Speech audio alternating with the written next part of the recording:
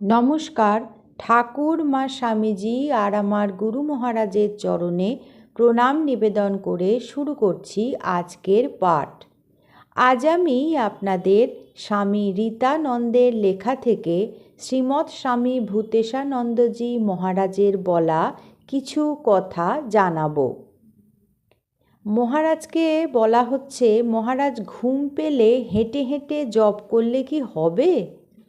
মহারাজ তখন বলছেন, তা করতে পারো, কিন্তু তাতে নয় ঘুমকে তাড়ানো গেল, কিন্তু ধ্যান তো আর হলো না। ধ্যান মানে সব ইন্দ্রিয় নিজের নিজের কাজ থেকে বিরত থাকবে, আর মন শুধু যে ধ্যেয় বস্তু তাতেই লেগে থাকবে। হাঁটলে তো আর ধ্যান হলো না।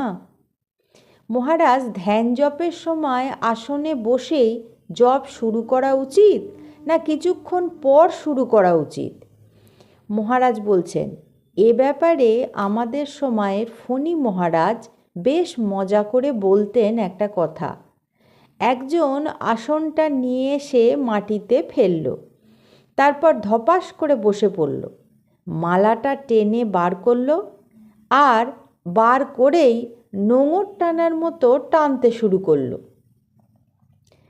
এই রকম করে হয় না। স্বামীজি বলেছেন, আসনে বসে কিছুক্ষণ চুপ করে থাকতে হয়, মনের গতিবিধি পর্যবেক্ষণ করতে হয়। এভাবে মন কোথায় যাচ্ছে, কি করছে ইত্যাদি লক্ষ্য করতে করতে অশান্ত মন শান্ত হয়, তার ছোটা বন্ধ হয়। তারপর জপ ধ্যান করা উচিত, কিন্তু তার জন্য যতটা সময় দিতে হয় তত সময় কোথায় আমাদের? ব্যস্ততা থাকলে কি এরকম করা সম্ভব? হয়তো তাড়াতাড়ি উঠেই কুটন কুটতে হবে, কি ট্রেনিং সেন্টারের পড়া করতে যেতে হবে। মহারাজ তখন বলছেন, ব্যস্ততা থাকলে তখন কি আর করবে? ওই রকম নোঙর টানবে। আসল কথা, যতটুকু সময়ই করো না কেন ভাবের সঙ্গে করার চেষ্টা করবে। ভাবটাই আসল। একটা ভাব নিয়ে করলে যতটুকু সময়ই করো তাতে উপকার হবে। মন শান্ত না হলে নিজেকে যাচাই করা যায় না। তাই আগে কি করতে হবে না, আগেই আমাদের নিজের মনটাকে শান্ত করতে হবে, তারপর ধ্যান জপ শুরু করতে হবে। একজন প্রাচীন সাধু স্বামী পূর্ণানন্দ কেদারবদ্রী বেড়াতে গেছেন। রাস্তায় এক জায়গায় স্নান করছেন। তাঁর গলায় শ্রী শ্রী মায়ের ছবির একটা লকেট ছিল। তা স্নান করার সময় সেটা তো আর ঢাকা নেই। দেখেছেন একজন। তিনি সাধুকে জিজ্ঞাসা করছেন, হু ইজ দ্যাট লেডি? আমাদের সাধু বলেছিলেন, she is the wife of Shri Ramakrishna পরমহংসা।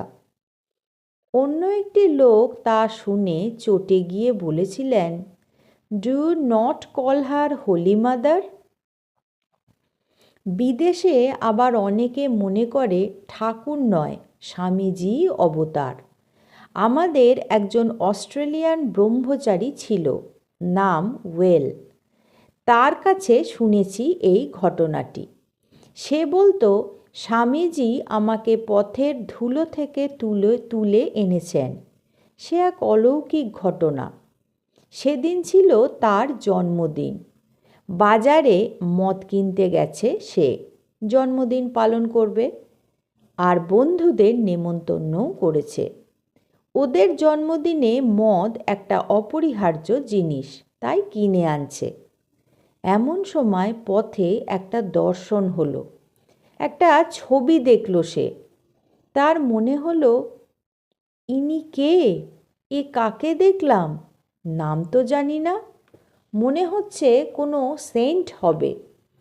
R Saint আমাকে দর্শনই বা দিলেন কেন? নিশ্চয়ই আমার জীবনে কোনো পরিবর্তন আনবার জন্য। এই ভেবে সেই রাস্তাতেই মদের বোতলগুলো সে ভেঙে ফেলল। শুধু হাতেই বাড়ি ফিরল। তার বোন বলল, মদ কোথায়? সে বলল, আজ থেকে মদ আমি আর ছোঁব না। এরপর সে যার দর্শন পেয়েছে তার খোঁজ শুরু করলো। চারিদিকেই খোঁজ করল, কিন্তু কোথাও খুঁজে পেল না। 200 মাইল দূরে সিডনি। চলে গেল সেখানে, যদি কোনো খোঁজ পাওয়া যায়। সিডনিতে ঘুরতে ঘুরতে একটা বইয়ের দোকানে এসে অবাক হয়ে দাঁড়িয়ে সে দেখতে লাগলো একটা বইয়ের মলাটে স্বামীজির ধ্যানস্থ ছবি। বইটির নাম রাজযোগ। স্বামীজির ছবি দেখে তার মনে হলো, এই তো তিনি, উনিই তো আমাকে দর্শন দিয়েছিলেন। তারপর সে বইটি কিনে আনলো বাড়িতে, এবং বাড়িতে এসে সে বইটি পড়ল। তাতে অদ্বৈত আশ্রমের ঠিকানা ছিল। সেখানে চিঠি পাঠালো। তখন অশোকানন্দ স্বামী প্রবুদ্ধ ভারতের সম্পাদক ছিলেন।